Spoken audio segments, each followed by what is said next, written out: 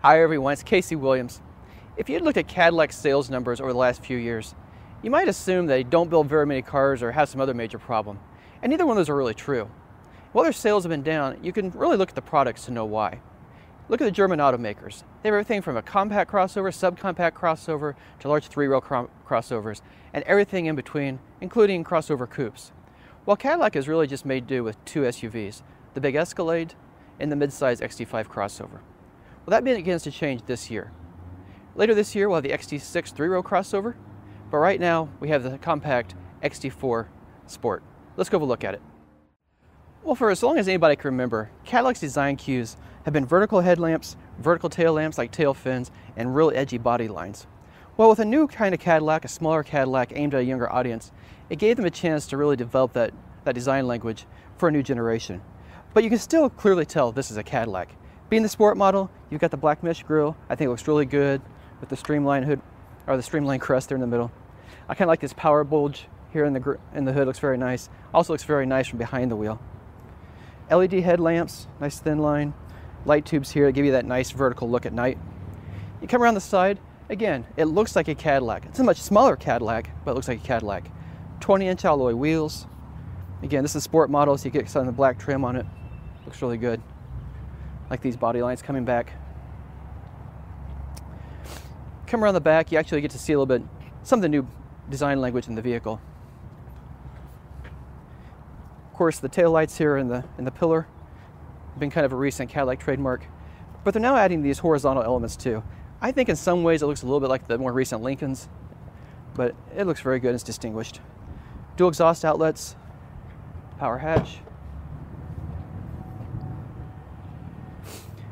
And again, for a small crossover, there's actually quite a bit of space back here. Of course, the back seats go down so you can enlarge it.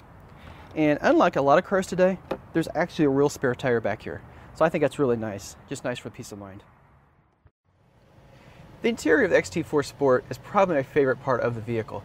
I mean, it's really very nicely equipped. It feels very expensive in here and just very nice all the way around.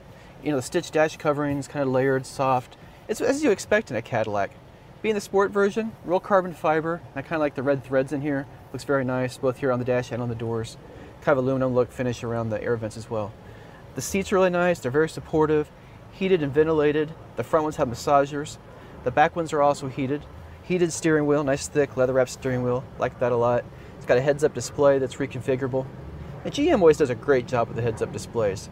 There's one little control panel over on the left side of the steering wheel. You can raise it, you can lower it, you can change it from having the radio readout to navigation to tachometer, whatever you want up there. Really nicely done. Cadillac has also been working on their infotainment system. In the recent cars, this was all swipe screen and all done here on the screen. And some owners complained it was a little bit confusing. I kind of liked it, but I can kind of get that too. So they've now kind of split up the functions. You still got the touch screen, you can use it up here. You've also got a rotary dial down below. And it's just a really nice rotary dial too. It's aluminum volume controls right here. Seeks here, and then you got kind of the buttons around it that mimic the icons up above. So all very easy to use, very nice. You can scroll through the radio stations, real simple, your music, catalog, whatever you want. Has Apple CarPlay, Android Auto, Bluetooth of course. We've also got 4G Wi-Fi on board. So a full suite of stuff there.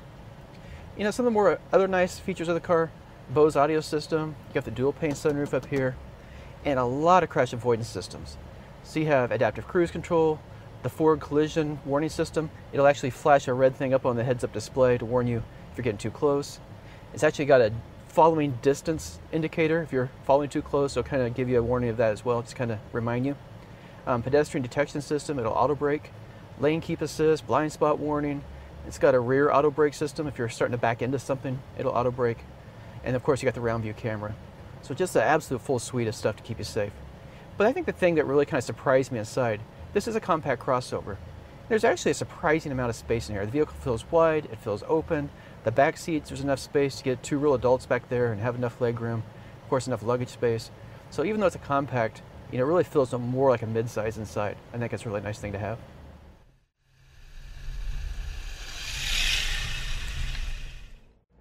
Well, one of the things I really like about the XT4 is the engine. It's a turbocharged 2.0 liter 4-cylinder engine, delivers 237 horsepower and 258 pound-feet of torque. That doesn't sound like a lot of power in today's world, But in a little front drive crossover with all-wheel drive optional, that's plenty of power. Gets it down the road fine. Plenty of torque to get off the line and keep it going. It's all connected to a 9-speed automatic transmission. And of course this has the electronic all-wheel drive system on it, like I said. The vehicle also has the adaptive suspension system, so it adjusts the suspension settings in real time. You kind of start going over some rough roads and it'll recalibrate and smooth out the ride a bit. Also has drive modes, so you can press a button, you can set it for tour, all-wheel drive preference, and then sport, which will tighten up the steering and make the shift pattern a little more aggressive. And also make the throttle a little more aggressive. So you can kind of configure the vehicle however you want it to drive it. And I think it does a really good job. It's pretty quiet. You know, you go over the rough roads, it just kind of soaks up the bumps. Even with those 20-inch wheels out there, it does a pretty good job. Other things I really like about driving it, I like the heads-up display. I think it's a nice safety feature on most cars that have it. And I think it just makes your life a lot easier when you're driving the vehicle. Maybe look out there. But overall, I like driving the car. I think the power's right. Fuel economy, probably not one of the strongest suits, but not bad either. 22 miles per gallon in the city, 29 highway.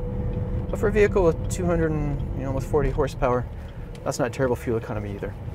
So I think it's a really nice car to drive. Plenty of space in here, real comfortable seats, and ready to go for a longer drive when I can.